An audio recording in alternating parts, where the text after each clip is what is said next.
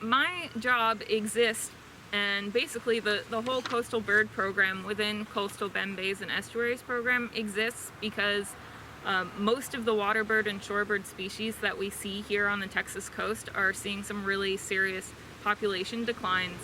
And overall, our goal in the grand scheme of things is to halt these population declines and hopefully, in the end, reverse these population declines and help these birds come back.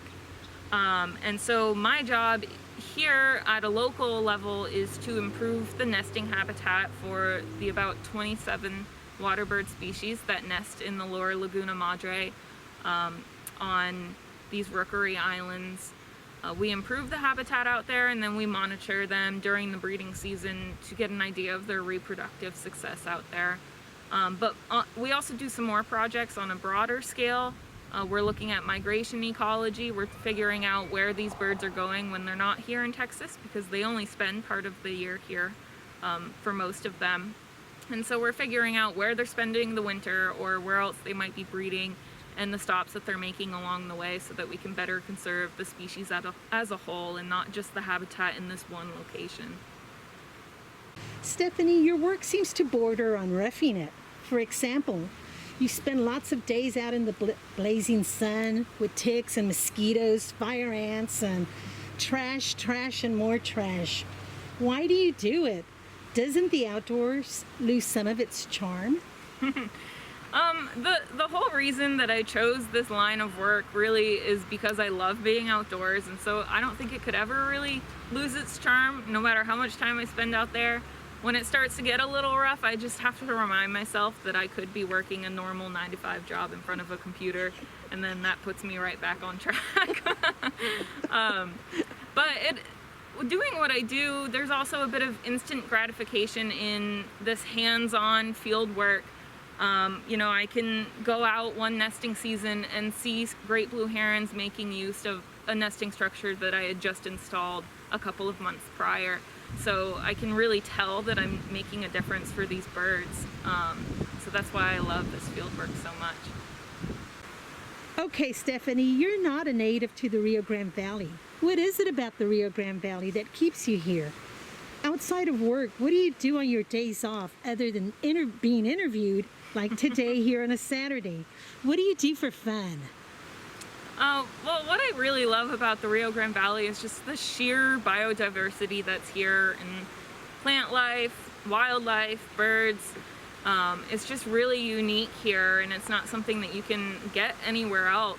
And in my free time, and it may not be much of a surprise, but I like to go birding, and there's really no place in the country that's much better for birds than the Rio Grande Valley. And I just enjoy being outside. Maybe not when it's 100 degrees, but generally the weather is nice. It's just a nice place to be. It feels like you're on vacation all the time. Other than the cleanups, how can the Rio Grande Valley Chapter Texas Master Naturalist program help you with your work, as we are partners in this together?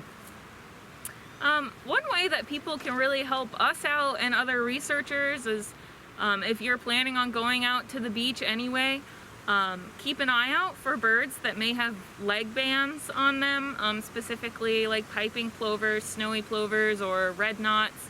If you see a bird with bands on their legs and you can get a picture, get a good look through a scope or your binoculars, and then you can report it to bandedbirds.org.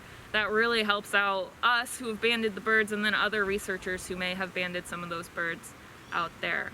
But if someone does have access to a boat or a kayak and is willing to go out a couple of miles in a kayak and get some resights for us out in the lower Laguna Madre, then get in touch with me, because we've got some seaside sparrows and mangrove warblers that we've put color bands on out there. And we're really looking to get some resights from some of those birds. I can only get so many resights by myself out there, but if someone were willing to go out in a kayak and look for some of those birds, that would be really helpful as well.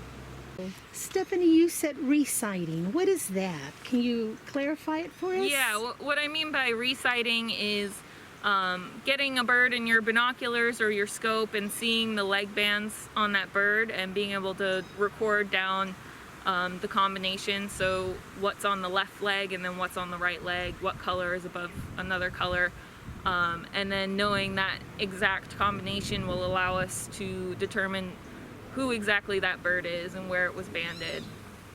There is always a chance that some of our banded seaside sparrows or mangrove warblers, most of them are banded out by the arroyo, but there is a chance that some of them could end up, you know, on the bay side of South Padre, wherever there is good habitat, which is mainly mangroves. There's always a chance they could show up at the birding center or something. So whenever you're seeing those species of birds, it's always good, no matter where you are, to check the legs and see if they've got color bands on them. Because the young tend to disperse from where they were born. So I may band them on one island, and eventually they're going to leave and find their own habitat elsewhere. So Stephanie, please tell us how COVID has impacted your research or your organization's programs.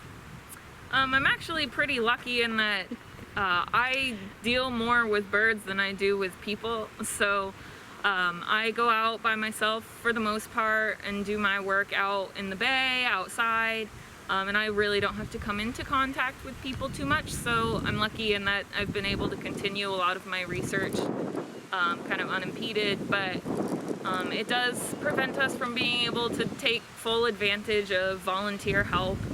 I can't really take people out with me as much as I normally would, and I'm hoping that will change, hopefully, in the future. But it is nice to have cleanups like what we've got going on at Boca Chica, where people can come and help out on their own time in family groups, and social distance as well. There's enough room out there where everyone can be safe and wear their masks, and that's nice. But it does prevent us from sort of our work with other organizations that we would normally do.